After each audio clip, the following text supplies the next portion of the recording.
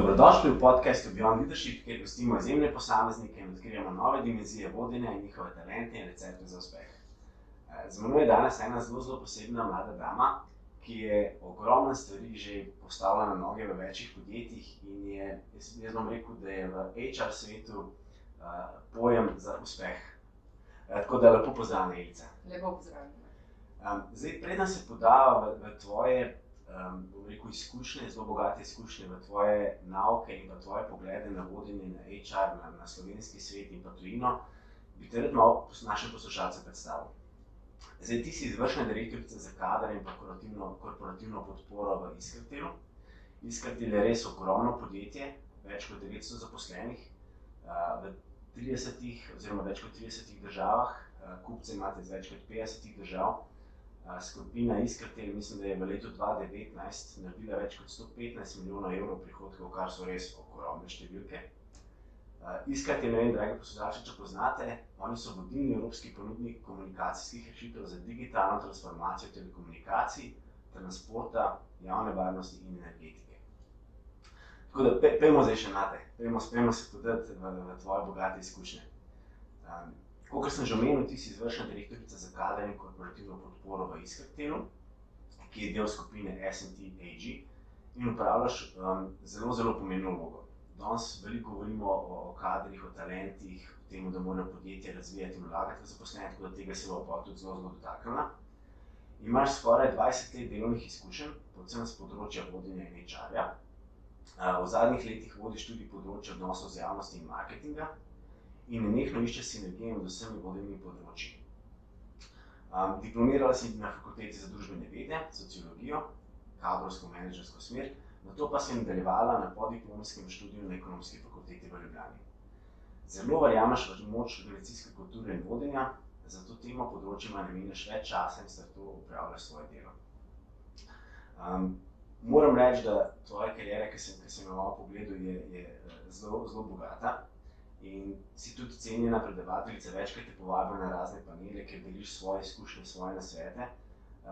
In tudi potem se bo dotaknila na sistema nagrajevanja, kjer se mi zdi, da imaš zelo dobro razmišljanje. Iskrtel je tudi podjetje, ki je dobilo eno leto nazaj 3 priznanja za najboljšega inovatorja na Gorenjskem. Zelo veliko vlagate v svoje zaposlene. V aprilu ste praznovali tudi Svetovni dan inovativnosti in kreativnosti. V mesecu maju sta tudi 2 inovativna izziva, en je in-izziv, ki boš nam tudi povedala, in drugi tudi trajnostni izziv. Tako da kar nekaj takih zgodb imate uspešnih. Tako da moje prvo vprašanje, preden greva v drobovje, če bi bila midva v šoli, v gimnaziji sošolca, kakšna si vas takrat? Si že takrat rada vodila, sklepala odnose, povezovala ljudi? Ja, nedvomno je bilo to zaznati že zelo zgodaj, se pravi, tudi v gimnaziji. Ja, zdaj, če bi bila midva sošolca, bi to tako izgledalo, da bi jaz imela zelo urejene zvezke, pa učila bi se čez dan. Ti bi me prosil, da ti posodim te zvezke, pa ko bi bil vprašal, bi rekel, sedi se zraven mene, da bi še lahko pošepetavala, ko bom jaz vprašala. Verjetno zvečer bi se pa srečala na kakšno fajn žuru, no. Tako da šola, sploh in predvsem ta del je bil zame zelo pomemben vedno, ampak tudi ta disciplina, se pravi, najprej šola, domače naloge, potem pa zabava, ampak ravnovesje oboljega je pa vedno bilo. Dajmo se malo dotakniti, imeti tako pomembno funkcijo v res taki močni skupini, v takem podjetju, verjetno prinaša ogromno nekih odgovornosti. Poleg tega imaš ti še druge funkcije, si še predavateljica, verjetno imaš tudi kar nekaj obveznosti z mentoriranjem. Tako da daj mi povej, kako izgleda recimo tvoj tipičen dan, kako se zorganiziraš, si ti v nedeljo pripraviš cilje, ali si oseba, ki se zvečer usede pa si spiše, kakšen je tvoj dan, da ga začneš, kje je recept, ta skrivni recept za uspeh? Jaz mislim, da so te ločnice med zasebnim in poklicnim življenjem že zdavnaj, bom rekla, zabrisane, no. Tako da jaz tudi, če sedim na kavi in opazujem ljudi, dobim nek preblisk, ko nekoga vidim, kaj počne in že razmišljam, dobim neko asociacijo, kako bi pa lahko to pri nas nekaj takega implementirali ali pa kaj naredili ali pa me spomni na nekaj. Skratka, drugače pa če sam delovni dan, moj dan se začne zelo zgodaj, vstanem 5:15 zjutraj. Ob 6 zjutraj sem že v telovadnici, namreč 3-krat na teden skušam se malo razgibati, no vse zgodaj, ker to je edini čas, ko se mi zdi, da ga lahko posvetim, da naredim res nekaj samo zase in da sem takrat res kaj naredila. Potem pa seveda iz telovadnice grem na Gorenjsko, ker je kar nekaj vožnje, predvsem v zgodnjih jutrnjih urah je gneče na cesti. In se mi zdi ta čas blazno neproduktiven in potem seveda tudi ta čas izkoristim že za kakšen telefonski klic. Mailanja in tipkanja se skušam odvajati med vožnjo, oziroma se že kakšna nesreča zgodila, pa tudi kakšna kazen, tako da sem zdaj rajši uporabljam telefon za klice in sicer sem se pa tudi uspela navaditi po dolgem času tudi prostoročnega telefoniranja, ker to je bila moja slaba navada. Skratka, potem pa seveda, ko pridem pa še v samo delovno okolje, se začnejo vse sestanki, ponovadi je to kar do poznega popoldneva. Potem pa popoldne nekje bom rekla res, da se usedem, pa se tudi malo vse skupaj umiri, da se posvečam sami vsebini. Vendar je treba tudi kaj napisati, o čem razmisliti, pripraviti kakšno gradivo in tako naprej, seveda tudi samo delo z mojimi sodelavci, tako da to je ponovadi kar pozno popoldne. In pa seveda tam nekje pred peto, skoraj da nikoli ni konec, nekje po petih, okoli tam 6. ure, če grem ravno po otroke v šolo, se moja pot zaključi in se odpravim nazaj proti Ljubljani. In pa se posvetim predvsem nekim domačim obveznostim, predvsem učenju z otrokom, imam namreč dva otroka, in pa seveda gospodinju vsem, kar sodi. Potem pa seveda zvečer, se pa začnejo zopet priprave na naslednji dan, tako da ponovadi res zvečer, bodisi da si lotim branja kakšnih strokovnih člankov ali kakšnih gradiv, če so seveda sploh kakšne seje uprav ali kakšne seje nadzornega sveta ali kaj podobnega, to ponovadi preberem vse zvečer. In pa seveda vedno pregledam urnik za naslednji dan in pa skušam imeti tudi nekje vsa elektronska pošta, ki je, vsaj imeti toliko, da je pregledana, tudi če ni odgovorjena, zato da potem res dan začnem z zelo jasnim, se pravi, torej fokusom na tiste stvari, kar bo tisti dan se pač dogajalo. Če pa ponovadi v praksi je tako, da noben dan ni čisto skladu z načrti, in da seveda tudi tiste stvari, ki so bile na to-do listi, da bodo narejene, včasih marsikdaj, bo kar rekla, pa kar ostane, ker pač pade kupica nekih novih obveznosti. Tako da ja, je pestro. Daj mi povej, jaz sem dostikrat tudi, pa tudi ti si že na začetku omenila, sem tudi mnenja, da dejansko work-life balance ne obstaja, v tej smeri dejansko lahko res čisto ločeš prosti čas pa službo, ker se mi zdi, da če pač uživaš v svojem delu, dejansko si skozi malo opet, skozi razmišljaš še, kaj bi lahko še, kako bi lahko to spremenil, kaj bi lahko transformiral. Tako da, kako ti gledaš na to? A se sploh danes lahko čisto odklopimo pa rečemo, zdaj pa dejansko ugasnem telefon in je to? Eno izmed tvojih vprašanj je bilo tudi, kaj je neka misel, nek moj kod. Tam sem jaz pravzaprav odgovorila to, kar me zdaj sprašuješ. Moje mnenje, neko vodilo je, da gre biznis in srce tudi skupaj. Jaz osebno mislim, da moje srce je v biznisu in da posel je v mojem srcu.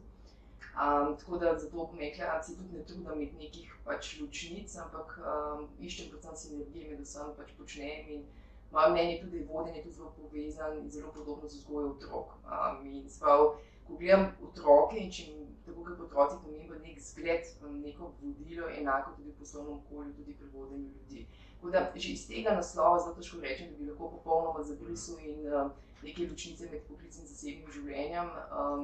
Tako da jaz mislim, da je pomembno, da predvsem znaš uživati življenje kot tako, in da se znaš tudi odklopiti. Zdaj pa ta časovna dimenzija za 1 uro, za 5 ur, za 5 dni, se mi pa ne zdi tako pomembna. Predvsem to, da znaš odklopiti in da znaš se tudi predvsem umiriti tudi sam pri sebi.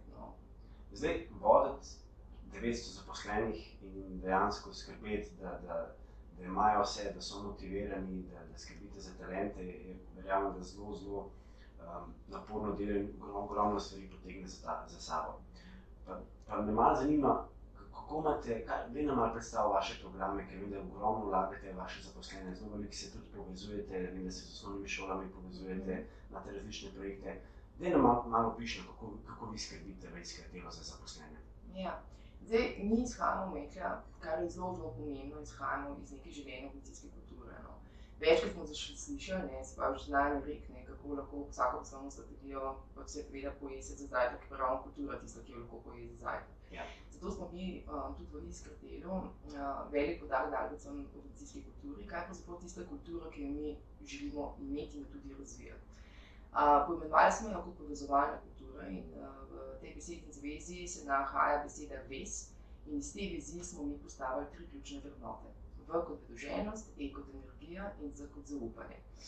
In tako smo začeli graditi, kulturo v smeri teh 3 vrednot in vse se je začelo pravzaprav odvijati od te točke, potem pač naprej, kaj hočemo. Rekli smo, ok, otroci so zelo vedoženi, najprej bilo kar nekaj pomislekov, kaj pravzaprav vedoželjnost pomeni, zakaj vedoželjnost vrednota, so se eni najprej sprašvali. Da smo pa tako lepo razložili, smo rekli, da otroci so zelo vedoželjni, ko jih pa naš sistem nekako mogoče malo bolj postavi v ozadje, da ta vedoželjnost nekako ne ohranijo. Potem pa ti otroci pridejo v vodilno okolje in mi pričakujemo, da so inovativni. Potem pa nekako ugotovimo, da temu ni tako. Da smo rekli, da moramo ohranjati to vedoželjnost, zato da so ljudje lahko posledično proaktivni in pa tudi inovativni. In seveda iz tega naslova smo začeli delati tudi velik poudarek tudi izobraževanjem in pa znanjem. Zdaj, če se malo navežemo te vrednote in to, kar počnemo, mi se že zelo velik poudarek, že kar nekaj let zelo intenzivno ukvarjamo z razvojem vodenja. Se pravi, je razlika med razvojem vodij in razvojem vodenja, skratka, zelo smo sistemsko pristopili in se ukvarjamo z razvojem vodenja. Medtem seveda po drugi strani so pa za nas zelo pomembne tudi strokovne kompetence, vendar smo tehnološko podjetje in za ostanka z nekim znanjem si ne bomo pač privoščiti. Zato recimo tudi trenutno smo postavili en popolnoma drugačen pristop z področja izobraževanja 5G. Ravno včeraj sva z našim predsednikom imela nek nagovor vsem našim inženirjem, ki se s tem pač ukvarjajo in kaj bomo ponudili in pravzaprav zakaj se splača s tem področjem ukvarjati in investirati čas v razvoj in izobraževanje. Skratka, to so vse stvari, ki so povezane z tem, da ohranjamo pri ljudeh vedoželjnost. Pred leti smo tudi vzpostavili tako imenovane wake-up meetinge, namreč gre za neka prostovoljna jutranja uro in pol srečanja, kamor povabimo tako zunanje goste, tematike so zelo različne, se pravi, nekaj so bolj te mehke vsebine, potem recimo, ne vem, v času decembra smo imeli eno psihologinjo, ki je pač razlagala o tem, kako pomembna je razvoj samopodobe otroka, zelo različne tematike, ki so, se pravi, torej, ne glede na to, da smo nek inženirski svet in da mora biti komunikacij. Skratka, izjemno pozitiven odziv je, vsaj 80 ljudi pride na en tak wake-up meeting. Potem pa seveda še vse ostale oblike, ki seveda so predvsem zelo ciljno usmerjene, kar se tiče razvoja posameznikov. Mi namreč dejansko vsak kvartal izvajamo tako imenovane Iskateljeve dialoge, kjer se postavljajo kvartalni cilji, ugotavlja razvoj kompetenc posameznika, ugotavljamo tudi, kaj so motivatorji, demotivatorji vsakega posameznika, kaj so njegova top znanja, kaj so njegova gap znanja. In seveda se delajo načrti in pa tudi kvartalno preverjanje, kaj se v odnosu do tega dosegli in seveda tudi, kaj posameznik v odnosu do gap znanj tudi potrebuje in se pač v tej smeri potem tudi razvija. Skratka, skušamo iti predvsem na ta bolj pridobivanje znanj po meri posameznika, vedno bolj se usmerjamo v to, da ni nekih enovitih nekih izobraževanj, tečajev, ampak res, da bi vse bolj po meri posameznika, tudi nagrajevanje in tako naprej. Skratka, da bi bolj to, kar posameznik potrebuje. To je, kar se tiče predvsem tega razvoja in pa delovanja. Zdaj, kar se pa tiče ostalih, se pravi, torej zadev, so pa predvsem tudi medgeneracijsko sodelovanje, tukaj smo tudi zelo veliko pač naredili, glede na to, da si hkrati seveda del kulture, tudi inovativna kultura in tudi inovativnost je pri nas ena izmed temeljnih kompetenc v podjetju. Skušamo to inovativnost širiti tudi med več različnih generacij, ne govorimo o generacijskem nekem razlikovanju, jaz sem zelo občutljiva na to, ko se zelo veliko pogovarjamo, kakšne generacije X pa kakšne generacije Y in tako naprej. Čisto nepomembno, to, da smo raznoliki, je samo prednost in je treba delati na tem sodelovanju. Kaj lahko naredimo iz te naše raznolikosti, to je tista vrednost, s katero lahko ustvarjamo. Tako da zato si pač sama tudi zelo zavzemam za to medgeneracijsko sodelovanje in zato tudi 3 leta nazaj smo začeli z tako imenovanim InDajem, rekli smo, da imamo en dan v letu posvetiti inovativnosti in skozi to inovativnost naj bo tudi Iskatel ambasador te inovativnosti v širši družbi. To ni nek interni dogodek, ampak dogodek, se pravi torej za javnost, kamor vključujemo različne generacije in kjer se lahko pomerijo v nekih izzivih. Seveda glavno sporočilo je predvsem, se pravi, da medgeneracijsko sodelovanje pomeni inovativnosti za razvoj družbe kot take, ne samo se pravi za razvoj Iskatela, ampak družbe kot take in predvsem tudi se pravi torej vseh generacij. Potem leto kasneje smo rekli, da moramo iti korak dlje, če smo zvozili en dan, zvozimo tudi en teden, pa smo šli pol na InWeek. In evo, trenutno zaključujemo, včeraj smo imeli, že zaključni dan tako imenovanega InMontha, tako da naslednje leto jaz upam, da si bomo drznili v InYear. Ta in je seveda iz besede inovativnost, mogoče tudi da poslušalcem to razložimo. Skratka, cel mesec se že ukvarjamo z različnimi hekatoni, izzivi za vse generacije, prilagojeno osnovnošolcem, potem seveda tudi srednješolcem, dijakom, študentom in vsem ostalim, ki so želeli v kakršnikoli obliki se pomeriti v določenih izzivih. Po drugi strani smo pa v času tega meseca tudi povabili kar nekaj gostov, ki so imeli odlična predavanja, se pravi na pomen te inovativnosti, se pravi, kot sem že prej omenila, tako za posameznika kot širšo družbo. Tako da skušamo osveščati o pomenu te inovativnosti in da se z inovativnostjo treba ukvarjati, da to ni nekaj samo po sebi umevnega, ampak da se treba pač tudi sistemsko k temu pristopiti. Tako da zato je ta inovativnost pri nas tako zelo poudarjena in tudi se tudi na mojem področju s tem veliko ukvarjamo. Super, se vidi in moram reči, da čestitam, ker se mi zdi, da zelo malo podjetij, zdaj če dalje več zaradi korone, predtem, da zelo malo podjetij se zavedalo, da je treba skozi vlagati v inovativnost, da je v bistvu treba delati res majhne korake, ampak skozi jih je treba delati. Veliko podjetij je zdaj v bistvu šlo all in, predtem pa dejansko so zelo malo namenili temu razvoju, te inovativnosti. Pa me zanima, ti imaš zelo pomembno funkcijo in verjamem, da si postavila tudi zelo dobro ekipo. In me zanima, ko ti postavljaš ekipe v podjetju, ko iščeš, kje je primanjkljaj, kako moraš ekipe postaviti, da bojo najbolj funkcionirale, kakšne lastnosti iščeš, kaj ti je pomembno, ko sestavljaš ekipe? Meni je res na prvem mestu to, kar sem že danes omenila, ta raznolikost. Mene je že na začetku moje kariere moj prvi šef, ko so me postavili, da sem vodja oddelka, pa sem rekla, ampak jaz sem pa tako ekipo, jaz ne vem, če bomo mi uspeli vse to pač narediti. Pa mi je rekel, ne želi si samih supermenov v svoji ekipi, to nikoli ni dobro, ker je rekel, prvo se ti bodo vsi pokljali med sabo, kot drugo pa nič navte naredili. Tako da ja, ta raznolikost je izjemnega pomena, se pravi, jaz predvsem pri ljudeh ne bom rekla, da iščem talentov, tudi te besede ravno namaram, ampak predvsem iščem neke odličnosti, ki jih vsak med nami, jaz verjamem, da jih ima, in prepoznati odličnosti in graditi na teh odličnosti in to pač razvijati, predvsem pa neka ta raznolika ekipa. Drugo, kar je meni zelo pomembno, mi je ta neka big picture, da pa človeku zaznam, da zna pogledati z različnih zornih kotov, da ima širino. Zato tudi dosti mladim, ko izpostavljajo, pa nimam izkušenj pa tako naprej, vedno rečem, nauči se lahko danes vse, ampak ta pogled, kar pa mladi ga imajo to širino, znajo pogledati z več zornih kotov, je pa tisto, kar pač vsaj pri meni to veliko šteje, ko sestavljamo pač ekipo. Tretji seveda je pa zelo pomembno nekje tam nekaj strokovni del in tako naprej, da človek ima neke konkretne rezultate, tudi pa to, da se vklopiš v ekipo. Za kar je pa zelo pomembno imeti tudi neka pozitivna naravnanost, pa pač energija, da res pač tim živi skupaj, se spodbuja in tako naprej. Po drugi strani pa seveda zelo mi je pomembno, predvsem tudi to, da začutim po nekomu, da res trdo dela, mi je ta element, da nekaj čutiš zavzetost in da zna to zavzetost pač pokazati, predvsem pa da mi ne jamra, ampak išče rešitve. Zdaj, moram te to vprašati, ker imam ogromno različnih odgovorov na temo konstruktivnega feedbacka. In dostikrat slišimo, ker se pogovarjamo, da probaš biti odkrit, ampak po drugi strani pravi ta teorija sendviča, se pravi prvo pohvala graje. To pohvalanje me res zanima, glede na to, da imaš ogromno izkušenj, da delaš res v svetovni korporaciji. Kakšen je tvoj pogled na ta konstruktivni feedback? A damo kar takoj negativno? Dej, prosim. Jaz mislim, da je zelo tudi odvisno od človeka. Ljudje smo zelo različni in če se vrnem mogoče še en korak nazaj, za voljo je zelo pomembno poznavanje svojih ljudi. In ljudje se, bom rekla, premikamo zaradi različnih vzvodov. In pač nekdo, če mi zelo dobro poznamo svoje ljudi in če vemo po nekomu lahko, bom rekla, tudi brez metode se nič pač povemo, pa bo to sprejel, pa bo, bom rekla, s tem znal funkcionirati potem tudi naprej.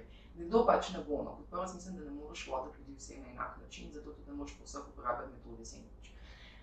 Če smo zdaj že recimo to metodo omenili. Drugače pa jaz mislim, da kar je pa zelo pomembno, je pa tako, da ljudje res razumejo, da bom rekla, stopaš v to zgodbo s feedbackom z neko dobro namero. To se mi zdi res, da mu poveš to, kar mu res iz srca želiš, bom rekla, da bo pač naredil nek napredek, izboljšal neko spremembo pri sebi. To se mi zdi najbolj pomembno pri tem feedbacku, s kakšno namero, ali mi hočemo, bom rekla, ker dostikrat se zgodi v praksi tudi tako, da včasih nekdo nekomu feedback samo zato, da pokaže svojo moč, oziroma svoj IQ, sem pametnejši od tebe, tako jaz je povedal, kako je se to tako in tako dela. Ampak v osnovi mislim, da je res ključno to, da če je feedback, če želimo nek konstruktiven feedback, da se zgodi neka sprememba pri posamezniku, pa predvsem se pa se moramo osredotočiti na neko konkretno vedenje, ne na osebnost. Da nas ne zanese, da začnemo ti si pa tak in postavimo neko etiketo, ampak da predno začnemo s tem feedbackom, je zelo pomembno, da razmislimo, katero konkretno vedenje, situacija, kaj konkretno je bilo narobe in imamo vse čas fokus pač na tem. In pa seveda z nekimi tehnikami, ki so, se pravi, torej spodbujanje, raziskovanje, da sam pride do neke rešitve, kaj bo spremenil in predvsem, da na koncu zaključi tako ta feedback, da lahko računa tudi na svojega vodja oziroma na neko podporo pri tem. No. To je zelo pomembno. Sploh če se v teh stvarih bolj pogovarjamo, ko pride do nekega konflikta, včasih tudi, ko je potrebno po neki odpovedi delovnega razmerja, je res pomembno, da je bilo teh feedbackov kar nekaj, se pravi, preden se zgodi nek skrajni ukrep. Tukaj pa šteje res tudi, sam kakšen način je bil ta feedback dodan. Super, dajmo se še dotakniti, ker me zelo zanima tvoje razmišljanje. Zdaj izpostavlja si že EQ, dostakrat se pogovarjamo tudi o egotu, se pravi, da je ego tisti, ki nam rad nagaja in tudi jaz, ki sem bil še malo mlajši, sem tudi dostakrat skočil na kakšen e-mail, pa takoj odpisal, pa nisem prespal. In me zanima, kakšen je tvoj pogled na to? Vem, da vi veliko vlagate v svoje vodje, imate prav kakšno izobraževanje to temo, oziroma kako ti gledaš na to? Ja, absolutno je ta ego eden, velik uničevalec vseh nas. No. Jaz tudi sama se tudi sebe spomnim. Jaz sem še pri horoskopu bikica, pa sem rekla, da moram res vse takoj, vsak mu vse povedati takoj in reagirati zelo. Pa sem pa ugotovila, da je ena tako modrost, ki ni moja, ampak me je nekdo nekoč naučil, pusti smeti, da odplavajo mimo in bori se za tiste stvari, na katere imaš neposredno vpliv. Yeah. In potem, ko sem začela vsake stvari, ko razmislim z tega vidika, kar sem zdaj povedala, potem ugotovim, da veliko lažje obvladujem ta svoj ego, ki tudi še zdaj obstaja, ampak ga veliko lažje kot tim obvladujem, si rečem, da se z nekom zdaj spuščam v nek konflikt, ker itak se pravi, nimam vpliva na to, raje se fokusiram na stvari, ki jih lahko spreminjam. Drugače pa ja, jaz tako v prostem času tudi zelo rada berem kakšne knjige, ki so povezane z osebnostno rastjo in tako naprej, tako da pri sebi tudi moram reči, vsakič, ko se ujamem v ta ego, bodi si, da je moj ego, bodi si, da je ego nekoga okoli mene in pa neka nezdrava tekmovalnost, ki je tudi v teh odnosih, sploh v tem menedžerskem svetu, kar dosti prisotna, se vedno vprašam, v bistvu, zakaj je do tega prišlo in ponavadi vedno v ozadju nek strah. Nek strah, neka občutek, se pravi, da nekdo ogroža nekaj, kar je mojega ali pripada pač meni. Po drugi strani seveda se pa vedno učim, da skušam sprejeti sama sebe in uživati to, kar sem jaz in da dopuščam tudi ljudem, ki so ob meni in z mano, da so to, kar so. In tukaj se mislim, da sem sama pri sebi zdaj naredila kar en velik pač napredek in je pa tudi to, tudi res povezan tudi s tem, koliko posameznik kot vodja se razvija tudi v tej smeri in pač skuša tudi razumeti ta naš del, ki je del res vseh nas, pa včasih zelo težko rečemo na glas, meni je strah in višji kot si, bolj si osamljen, srečen, zato ker si višji in ljudje bolje, ko se rasteš, se distancirajo od tebe v smislu, jaz se tudi spomnim, sem res začela že kot študentka, sem bila strokovnjak za kadre, pa pol vodja, pa tako naprej. Takrat se vsi s tabo pogovarjajo. Višji kot si se ljudje odmikajo, ker imajo tudi tam nek strah, tisti tam zgoraj so pa, niso tako neki tudi in tako naprej. Ko se vedno rečem, da višji kot si v tej piramidi, bolj si osamljen v tem smislu, spravi neke komunikacije v internem okolju in tako naprej. Po drugi strani pa raste ta ego. In pa če enkrat ko se moraš se znajti tudi s tem egotom in z vsemi temi zadevami in se tudi odločiti, kako boš deloval v odnosu do tega. Tako da ponavadi pa v zadnjem sem strah. Potem pa se malo takrat, ker to me res zanima. Vem, da si omenila, da si sanjala, da bi bila učiteljica. Ja, res. In me zanima, kdaj je bil tisti trenutek, recimo v tvoji karieri, Američani temu dostakrat pravijo, da aha moment, ki si se pa ti zavedala, pa si rekla, jaz pa uživam v HR, jaz pa uživam v razvijanju ljudi, v povezovanju, to je to, kar hočem početi. Je bil kakšen tak dogodek ali pa projekt ali pa kaj takega, da je? Jaz sem si želela biti res učiteljica, to je čisto res, in potem, ko se je približeval ta moment, kam bi se jaz vpisala in ko sem začela malo razlagati in omenjati neko pedagoško fakulteto, me je moj oče gledal in rekel, da ti si tako si glasna, pa ne, pa tako rada imaš spremembe, pa rada premikaš, pa se upaš, pa imaš pogum, pa tako naprej. Ne moreš biti učiteljica, pogledaj, kaj se dogaja s tem poklicem. Kadrovke vedno manj vpliva imajo, vedno bolj so prestrašeni, ne, zaradi vseh teh pritiskov staršev in tako naprej. Ne. No, pa sem pa rekla, ok, potem pa kaj pol dosti ostane in potem je v bistvu res ta HR, kaj dosti nisem vedela, kaj dela kadrovnik, če sem čisto odkrita. Ampak vedela pa sem, da so nekaj izobraževanja tudi zraven, ne, so tudi nek proces, ki ga HR pač pokriva, ne. Bo pa čez stadijo se dotaknila te neke svoje plačilnice, tako da to je bil razlog, v bistvu sem se potem pisala na fakulteto za družbene vede, se pravi kadrovsko-menedžerska smer, kjer kaj dosti v bistvu nisem okusila, žal, no, bom rekla, te samega občutka, kaj res kadrovniki kot taki delajo, kar mi je pa bolj res, bom rekla, prinesla tudi sama ta pač praksa, no, ampak jaz vsem tako rekla v sebi, še zdaj se mi, ko me kdo povabi, da delam kaj z mladimi in tako naprej, sem res rekla, me zaigra srce in me potegne, in res uživam s temi mladimi. Če sem čisto iskrena, najprej sem zafrustrirana, ko sem z njimi, ker se mi zdi, odkje toliko idej, znanja in se tako res sem mi wow, ne, res, ko delam z njimi, so mi wow, vsak challenge, ki sem delala, nekaj v okviru tega in imate z njimi, mi je res ta wow efekt z njimi. Potem pride pa ta inspiracija, ta navdih, ne, in tudi veselje, da v družbi imamo take ljudi in da so v slovenskem prostoru in da imamo res eno odlično, bom rekla, generacijo teh mladih, ki jaz pravim, da bodo še marsikaj pač iz sebe naredili. Ampak ja, ta želja po učiteljevanju oziroma poučevanju in vzgoji nikoli ni ugasnila, tako da sem v bistvu pred 5 leti sem pa rekla, da grem pa jaz na filozofsko fakulteto, pa bom naredila vsaj pedagoško-andragoške izpite, ne bom imela pedagoško-andragoško izobrazbo, mogoče učila ne bom, ampak nikoli mi ne bo si učitelja sama sebe, zato ker sem pa sanjala biti, pa nisem probala. To sem to res naredila, ne, in potem seveda sem bila v okoli 60 ljudi, ki so že vsi učili, zato to so bili vsi, ki so že učitelji, nisem imeli pa pedagoško-andragoške izobrazbe. Potem so me vsi spraševali, kaj pa ti učiš, pa sem rekla, ja nič, ne. Aha, torej si želiš učiti, ne, so rekla, ok, verjetno brezposelna gospa, pa zdaj počela pa še to malo dela, ne. In potem sem rekla, ne, jaz sem iz gospodarstva, ampak veste, jaz sem to sanjala, pa se mi zdi, če nekaj sanje moš od enkrat v življenju uresničiti, ne, tako da so se mi vsi malo tako smajali, no. Ampak ja, res pač verjamem v to, da včasih je treba tudi svoje sanje, če tudi nekaj veš, da to ne bo tvoja realnost, ne, ampak vsaj kanček nekaj v tej smeri, pa tudi treba res. Prav dobro. Dajmo se še malo dotakniti tebe kot vodje. Zdaj se malo se pogovorila okoli egota pa EQ-ja. Kako bi pa sebe opisala, da si skozi te različne vloge, pa potem, ko si rasla v svoji karieri iz vodje, potem na direktorica, zdaj si izvršna direktorica, kako se pa tvoj stil vodenja spreminja? Zdaj, če bi vprašali moje sodelavke, bi bil verjetno odgovor prvi zahtevna, ne, drugo bi bilo opaziti vsako vejico in piko in tako naprej.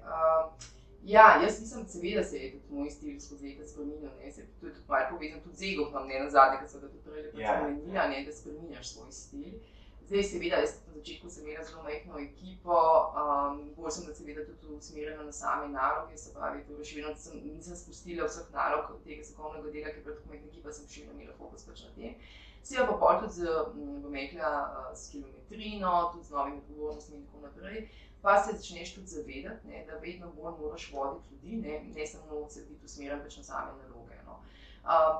Pa seveda s časom se tudi začneš zavedati, da so potrebne tudi malo več vlog kot sam vodja, ne. Seveda ekipe tudi rabijo vedno več nekega svetovanja, usmerjanja, skozi tudi vlogi coacha, mentorja, marsikdaj tudi mediatorja. Skratka, zdaj ima pa predvsem to filozofijo, da res, pri meni res se mi zdi pomembno, da jaz sama od sebe veliko več zahtevam, kot od mene recimo zahtevam moj nadrejeni. Ampak tudi počnem v odnosu, se pravi tudi svojih ljudi, se pravi, zahtevam od njih veliko in vedno jim rečem, bodite zaposljivi. Kaj hočem s tem povedati? Da tudi, če se jim zdi kakšna stvar, zakaj pa niste mogli to delati, pa ne vem, pa toliko projektov, pa tako naprej, vedno rečem, da teh izkušenj, ki jih dobivate skozi to, nihče nikoli ne more več vzeti. S tem ste vedno zaželeni v trgu dela, vedno boste prepoznali, na koncu štejejo samo sledi pa rezultati. Njema je stvar, ko vidiš v CV-ju, ko ljudje napišejo, kaj delajo, potem pa naštevajo neke redne delovne naloge in neki pasivi, ki je pa nekih rezultatov. In moj način vodenja je to, da v meni ljudje rastejo in sem vedno ponosna na to, ko pride nekdo, ko mi da odpoved, da reče, zdaj grem pa tja, za, ne vem, še 2 nivoja višji in tako naprej, ker pomeni, da je bil prepoznan, da je dobro delo in da nekdo ceni to delo, ki je bilo upravljeno pri nas. Tako da z tega naslova sem mogoče rekla, zdaj marsikdo zahtevno, po drugi strani pa jaz sem izjemno ponosna na to, da vsi moji, ki so z mano delali, so danes mogoče tudi teh vodah ali kakorkoli, tudi nekje drugje bistveno višje, kot so bili recimo v moji ekipi. No. To sem pa zelo ponosna. No. Tako da absolutno Mekla veliko dela, trudom Mekla tudi spodbujam k samoizobraževanju. Ne vem, mi imamo tudi razne Viber grupe, ne vem kaj, prebliske, ne vem, ena sem dobila tam članek, tam se dogaja, to je dober projekt tam, en članek tam, skratka, to si vse delimo, ne glede pač na uro, ampak to je to, tudi prej, če se vrnem še na temu, ne vem, sklevanju poklicnega zasebnega življenja. Kdo pač nekaj spremlja na televiziji, opazi, prebere nek članek v tistem trenutku, slika iz časopisa nekaj deli z ostalimi in tako naprej. No, res imamo Mekla to dinamiko, pa predvsem, kar je, da res znanje se deli. Ni Mekla kakšnega skrivanja in moja filozofija je, da po vsaki odpovedi, po vsaki menjavi delodajalca je moja primopredaja 15 minut. Sva, jaz nimam kaj delati primopredaje. Če jaz vsak dan delim vse to, kar znam, zmorem z mojo ekipo, če vejo, kaj se dogaja, potem jaz nimam Mekla kaj delati primopredaje ne vem koliko časa. In to je moja filozofija, da pač delam na ta način, da če pride trenutek, da odidem od nekega delodajalca, da rabim 15 minut svoje stvari spravim, ker pač delam na tem, da vsi vejo, kaj se dogaja. Zelo zanimivo razmišljanje in moram reči, da je zelo napredno. Tudi Katarina, ki si ima gostil Rajčević, ki je direktorica v Bisnodu, je tudi rekla, da ona želi opolnomočiti svojo ekipo točno tako, kot ti, do tega nivoja, da je zamenljiva. Kar pomeni, da je dosegla svoj momentum. Dajmo se dotakniti še področja HR-a. Zdaj, če se pred korono podjetja niso zavedala, da je HR res ena izmed najpomembnejših funkcij v podjetju in da je to res strateška funkcija, se absolutno vsa podjetja zdaj tega zavedajo. Pa mi povej, kako je v skupini, se pravi v podjetju, ki ima 900 zaposlenih, kako ste lahko tukaj inovativni na področju HR-a? Se ponovadi lotevate, da je samo en oddelek kakšna novost sproba, pa potem aplicirate, ali greste kar na celo podjetje, ker verjamem, da je to zelo velik zalogaj, čim opeljete na manjšo malenkost. Ja, mislim, ljudje se še vedno spremembe pač upirajo. No? Zdaj, kar je prednost v mojem delu, pa mogoče še v slovenskem prostoru, tudi to prisotno, pri meni PR pa HR je združen. Razlog za to, zakaj je do tega prišlo, sploh tudi ta korona smo videli, je bilo ključno komuniciranje. Se pravi, prilagodili smo se v načinu komunikacije, se pravi, predvsem z ljudmi. In vsaka sprememba, če želiš, da jo posameznik sprejme ali neka skupina, mora razumeti najprej, zakaj je ta sprememba bila potrebna in kakšne koristi bo imel on od teh sprememb. In jaz tudi, ko sem prišla v Iskradel, sem se stvari predvsem najprej lotila sprememb na področju komuniciranja. In zato je potem prišlo tudi do tega, da je prišel tudi Mekla PR v to zgodbo zraven. Se pravi, to se mi zdi ključnega pomena, se pravi, in če znaš v Mekla z ljudmi in pri Mekla ta informiranje komuniciranje, kar je zelo pomembno, potem seveda bodo tudi ljudje lažje v Mekla sprejeli spremembe in tudi to, kar HR dela. Ne. Zdaj seveda, HR je lahko zelo administrativno naravnan, ne, pa opravlja neke osnovne naloge, se pravi, kot je predvsem sklepanje pogodb, zaposlitve in podobno. Drugo je pa to, kar so se mi to pogovarjali, še ko mikrofoni niso bili prižgani, ne, kolikokrat si upaš potrkati na ista vrata, pa če tudi si predhodno dobil odgovor ne. In v našem področju je enako, ampak jaz pravim, zelo dosti smo se sploh na teh raznih kadrovskih konferencah leta in leta se pogovarjamo, kako mi nimamo strateške funkcije in tako naprej. Nihče nima nobene vloge, če samo sediš in čakaš. In ta pogum, ki ga jaz bom rekla, res pogrešam še vedno v teh HR-ovskih vodah, je tukaj izjemnega pomena. Seveda pogum, ki temelji na neki vsebini konkretni, ampak jaz sem prepričana, da če do nekoga prideš z neko dobro idejo, ki je podprta z neko konkretno vsebino, tudi učinki in tako naprej, ne vem, kateri predsednik uprave bi rekel, ne, mi se pa tega ne gremo, če bo prepoznal neko dodano vrednost.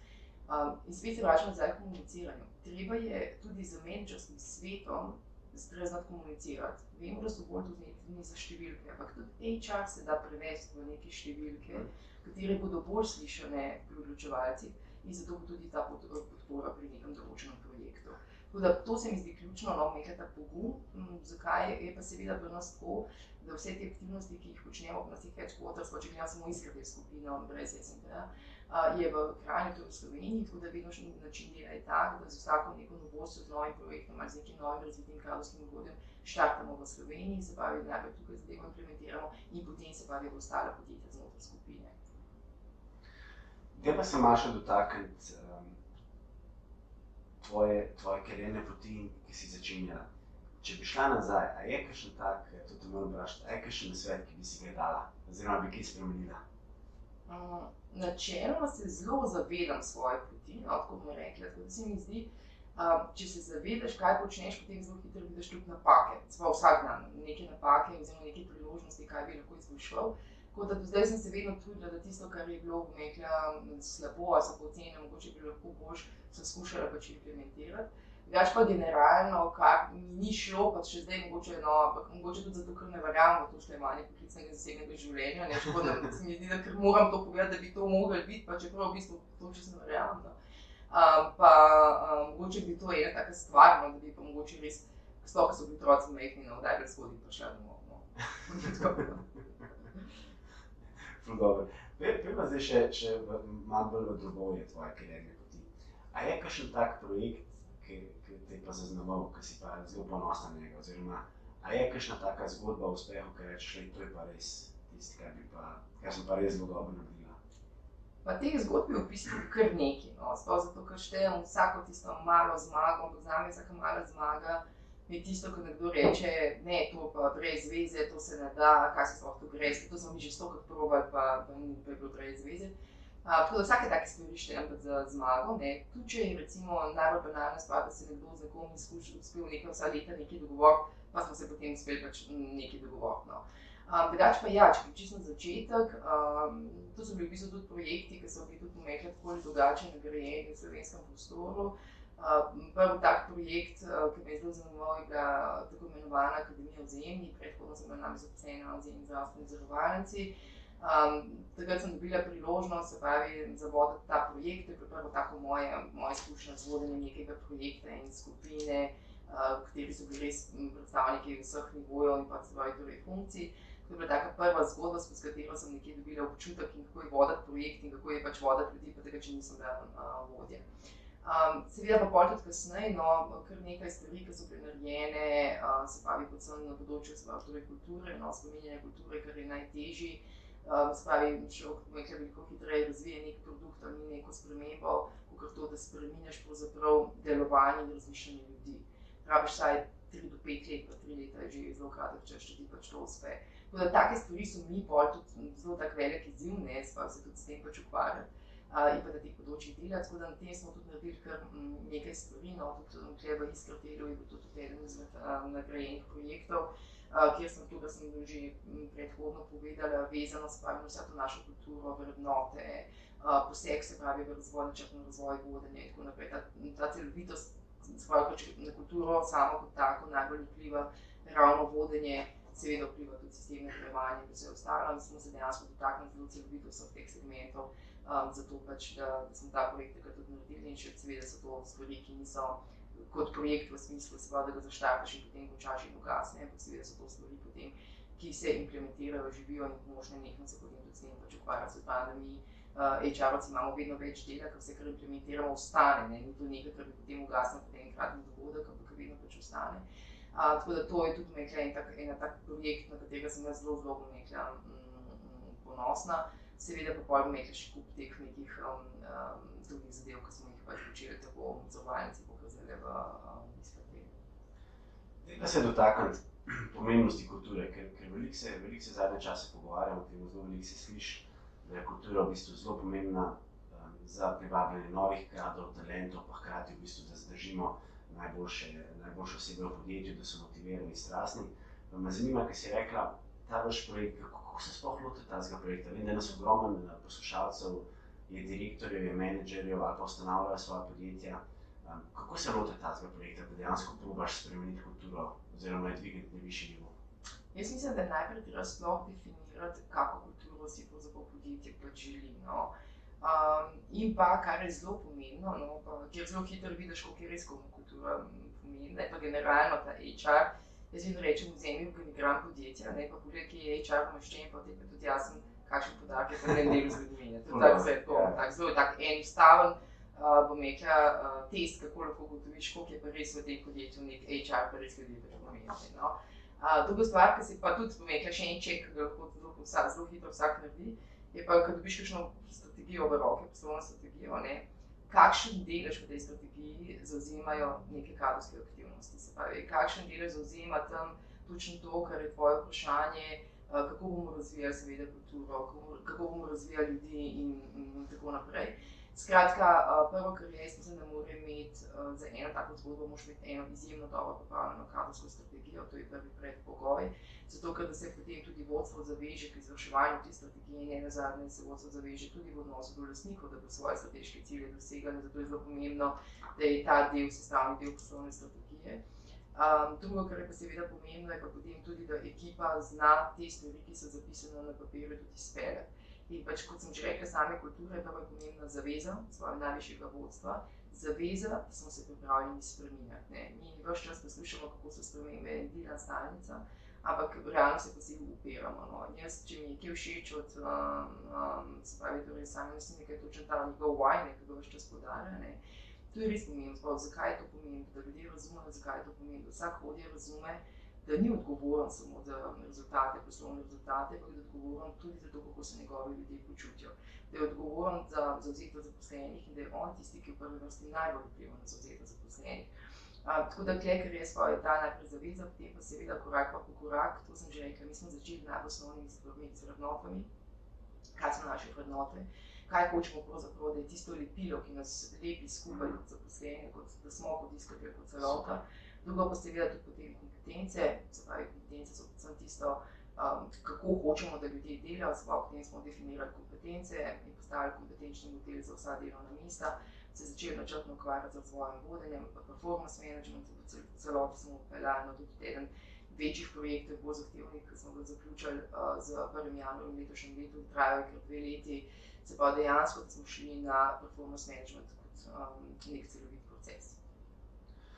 Dela se še, se pravi, ti si v večjih vlogah, nisi samo izvršna direktorica, si tudi v določenih trenutkih mentorica, ogromno ljudi te tudi pride do tebe po nasvetci, coachinga, pa me zanima, a si ti v svoji karieri, oziroma imaš tudi kakšnega mentorja, pa coacha, kakšno osebo, ki te je zaznamovala, se lahko obrneš k njemu? Ja, če se spomnim svojega drugega šefa, drugi mislim, da je bil, ker sem v prejšnji zavarovalnici bila deležna kar 11 menjav v upravi, no, tako da moram reči, da je bilo kar veliko ljudi, ki se jih je zamenjali. Ampak spomnim mi pa, dva sta mi predvsem pustila pečat, to, kar sem že omenila, no, ena je bila predvsem ta njegova misel, naj ne iščem vedno v življenju samih supermenov, in druga misel od drugega pa je bila, da bom uspešna v življenju toliko, koliko bom imela uspešen tim okoli sebe. Se pravi, nihče ne more dobiti zmage sam brez neke bodisi podporne ekipe ali pač kot del ekipe kot take. Tako da to so vsem rekla misli, kaj sem pa predvsem rekla mentori. Bom rekla, da sem bila res zelo odprta za vsa znanja, za vsa izobraževanja, ki so mi bila dane, za katero sem izjemno hvaležna. Tudi za ljudi, ki sem jih spoznala, že tudi v mojih časih, kot sem bila še kot študentka. Jaz sem tudi kot študentka zelo veliko pač delala in vse te rekla, tudi ta neka poznavanje. Jaz mislim, da si iz vsakega odnosa, vsakim človekom, ko spostaviš nek odnos, lahko pač nekaj novega naučiš in seveda tudi vsa ta, ki ti lahko prinese, bom rekla, kup nekih novih tako poznanstv kot znanj. In iz tega sem predvsem, bom rekla, tudi črpala. No? Da tudi, ko bom rekla neko tako dilemo ali kakorkoli, da lahko vedno pokličem nekoga in se pač tudi posvetujem, da mi da, bom rekla, neke usmeritve mnenja. Da bi imela pa prav, bom rekla, neko dolgoročnega nekega mentora kot takega, pa ne. Kako bi pa ti rekla, zdaj, že prej si izpostavila, da je zelo pomemben, da tudi ti zelo veliko vlagaš vase z raznimi knjigami, izobraževanji in tako naprej. Kako bi pa rekla, da je pa to danes res pomembno v današnji družbi, ker je vse to hitro, ker smo res digitalno zelo napeti, stres je mogoče celo mehen višji, ker smo stalno pod nekim pritiskom, stalno smo opeti v digitalni svet. Koliko je, recimo, bi rekla, da je to pomembno za nekega mladega posameznika, ki si še postavlja noge pa začne svojo kariero? Jaz bi zelo težko rekla, da je ena knjiga kot taka odlična ali pa da ti da kakorkoli. Jaz mislim, da je treba več stvari brati, več stvari spremljati, več stvari preizkušati in vsake zadeve vzeti tisto, kar je res pisano, bom rekla, tebi na kožo, oziroma kar ti lahko pač koristi. No. Zelo, bom rekla, že generalno sem zagovornica samo neke veje, pa nekih kakorkoli. Tako verjamem, se pravi, spet v to raznolikost, no, da je treba, bom rekla, iz večjih knjig, iz večjih koncev. Pač je pa res, no, da danes je res poplava informacij, pa dostopnost teh informacij, je pa treba se predvsem naučiti biti selektiven do teh informacij. In to se mi zdi tudi v mladih sploh ključno, ne. ker res poplava nekih informacij in to mi je tudi izziv, tudi meni kot mama, ne, kako otroke naučiti biti selektiven do tega, kar jim je dostopno, ker mi je res dostopno popolnoma vse. Ne. Ja, to si zelo dobro izpostavljen, se tudi zadnjič, ki sem imel Loreta iz izvršnega direktorja Da1, sva ravno o tem debatirala, da včasih, se pravi 100 let nazaj, smo dejansko človek dobil za približno 50 knjig informacij o celem življenju, danes se to zgodi praktično v enem dnevu. In je res treba ravno kontra razmišljati. Gremo še malo na tvoje osebno življenje. Me zanima, ob takem napornem urniku, ob taki odgovornosti, kako pa ti poskrbi za svoj stres oziroma za sproščanje? Ja, jaz sem včasih res ena taka zaspanka, do predsednih let, zjutraj mi uro zbudila se 15, kad sem ugasnila, pa še 5 minut. Pome je pa, bom rekla, moja druga porodniška, očitno mi je bolj to nočno vstajanje z otrokom, ker ostali potem tudi v zgodne jutranje ure. Tako da danes zdaj mi je res, bom rekla, kaj res uživam to, da mi lahko zjutraj pred službo, da se zbudim, si dam samo tiste pajkice gor in upremo in grem lepo v telovadnico, popolnoma, bom rekla, na prazni cesti, to res to mi je tak moj upred, ker res uživam v tem, tako da ne čutim nekega fizičnega napora, čeprav včasih je tudi na sami vadi. Tako da ta del mi je tudi generalno izjemno rada naravo, to mi je tukaj lepo vreme, razni sprehodi, pohodi, tudi večurni, večkilometrski. To me res navdihuje, to biti v gozdu, poslušati zvok ptic, vod zemlje, to me izjemno sprošča, tako da zelo rada sem čez vikende v novih krajih, če se le da, tale korona je mečko pustila pečat, mi je pa po drugi strani mogoče, da sem spoznala veliko novih poti, za katere sploh nisem vedela, da v Sloveniji pa so. In tudi v okolju, kjer sama živim in toliko leta že živim, pa nisem vedela, da imamo toliko čudovite poti in celo pred 2 leti, namreč sem zvedela, da je tako imenovana pentlja, neka pot, ki je 82 km okrog cele občine, tako pa sem rekla, mi tukaj le imamo, smo čisto navdušeni. Tako da ta korona je prinesla tudi zelo veliko, da smo ne samo spoznavali sebe, ampak tudi okolje, v katerem živimo, po mojem primeru. Dajmo se dotaknem, ker si glih omenila korono, in sicer vsi se bomo spomnili, mislim, da je bil 15. marec, tisti dan. Kaj je bila tvoja prva reakcija, ko se je v bistvu to začelo, ker ogromno podjetij se je soočilo z neko paniko, niso vedeli, kako naprej, prihodnost je bila zelo negotova. Tako da, kaj je bila tvoja prva reakcija in pa tvoj prvi v bistvu ukrep? Ja, klele moram reči, da je bilo pri nas tudi kako pravzaprav transportirati, če sem čisto hotel, v petek smo bili zadnji dan, kako zdaj skomunicirati vse ljudem, vsem ljudem do podelka pa več ne hodi v službo, oziroma pač, da bomo kar doma in da pač smo neki negotovosti in da ne vemo, kako bo. Tako da mi smo tisti dan se poslovno, najprej smo sedeli cel ožji vodstveni tim, najprej zjutraj sklenili dogovor, da vsak sploh gre pregledati, kaj so tiste nujne naloge, kako bomo se zorganizirali tisto, kar je vezano na fizično prisotnost, tako naprej se še enkrat dobili pač popoldne, sprejeli pač odločitve in potem seveda tudi smo bili do poznega večera tisti dan v službi, ker smo tudi potem ustanovili takoj neko krizno skupino, ki je bila sestavljena, se pravi, torej, iz več, se pravi, torej, posameznikov. Ta krizna skupina se je pri nas tedensko sestajala na sami lokaciji.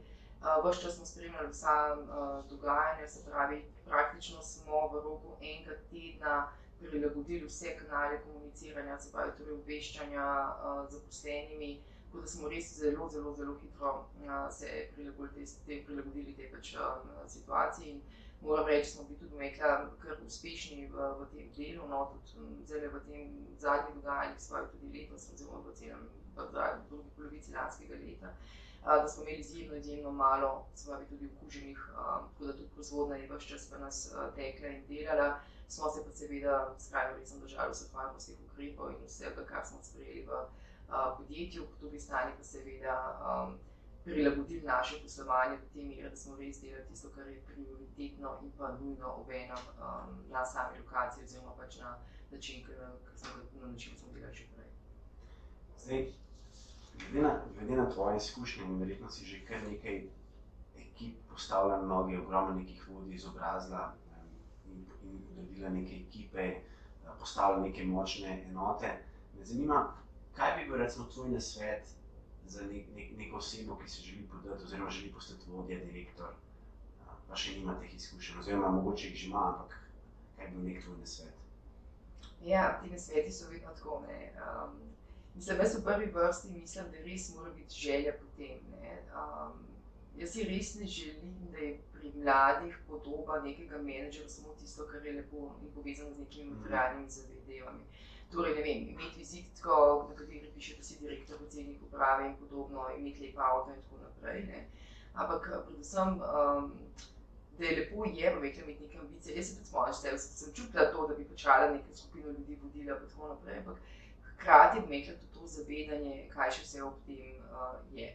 Zato je moje mnenje, da je res treba biti zelo vedoželjen, se pravi, da res spremljati stvari, ki se pač dogajajo, se zanimati za stvari, čim več spraševati, čim več raziskovati. Je pa seveda zelo pomembna tudi neka vztrajnost, ampak predvsem zdrava vztrajnost.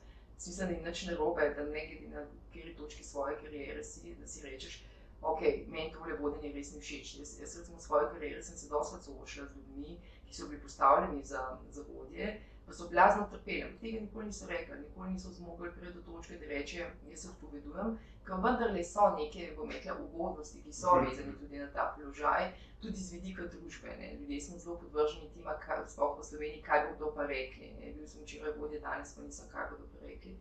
Tako da dosti ljudi potem, bom rekla, tudi ko se umakne iz te pozicije, je ulajšanje za nekoga. Ne. Tako da to je stres, ne, absolutno je, in pa če vedno, sploh bom rekla, v tem inženirskem svetu, ljudje so izjemni strokovnjaki, ni pa nujno, da so potem tudi za vodje. Zdaj tudi seveda, če rečem zdaj nazaj na svet, ne, res bom rekla, to se tudi se zavedati, ne samo to, kaj vse je luštno, pa kaj so neke prednosti pa dobrine povezane s tem, ampak predvsem tudi vse ostalo, kar sodi v eni taki zgodbi, ker ne nazadnje je tukaj, bom rekla, tudi odgovornost za ljudi. Ne gre samo za to, da delaš neke svoje naloge, in predvsem za odgovornost za ekipe, za katerimi stoji nek vodja.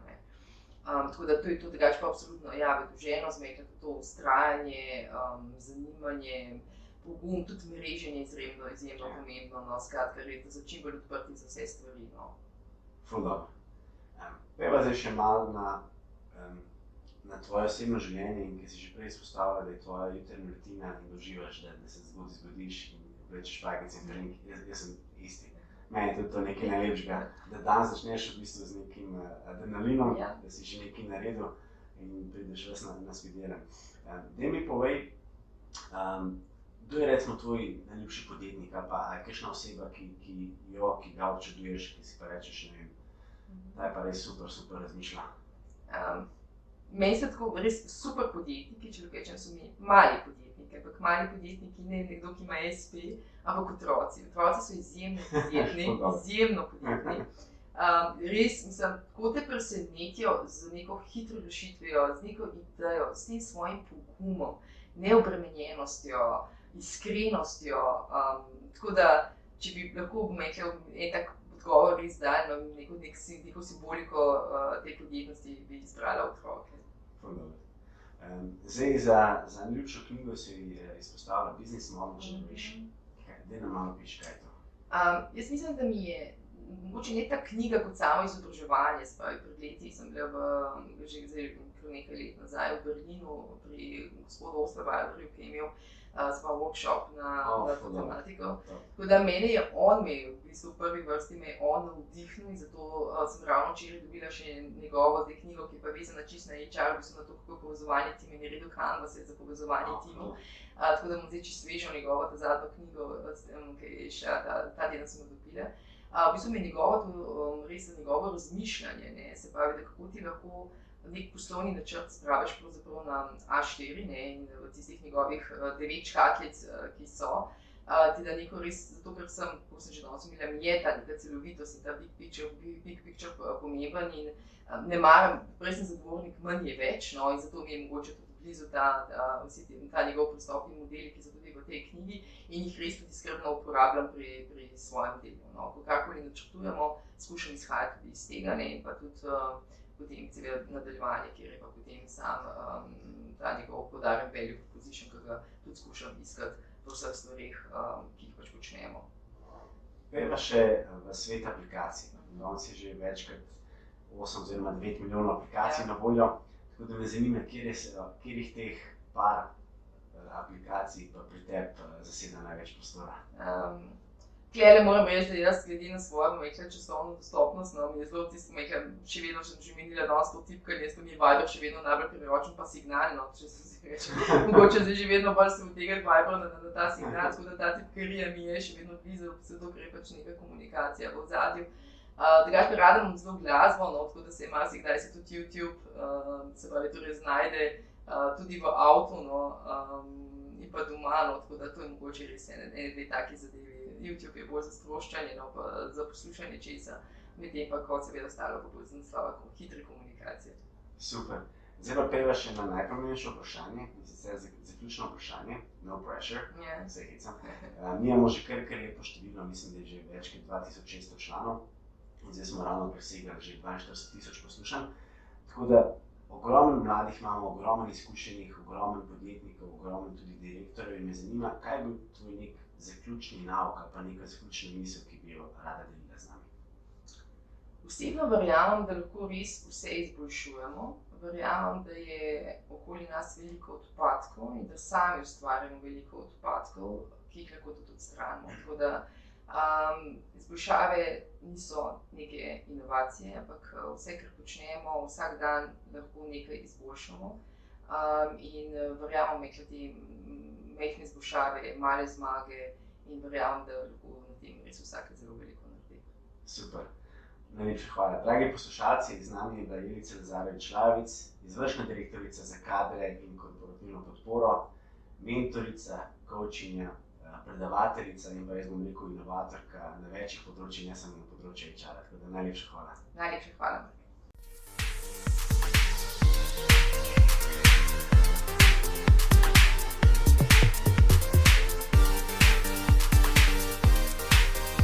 Sledite nam na vseh kanalih, kot so Spotify, Apple, Google, Castbox in tudi YouTube, LinkedIn in Facebook, kjer nas je že preko 2000.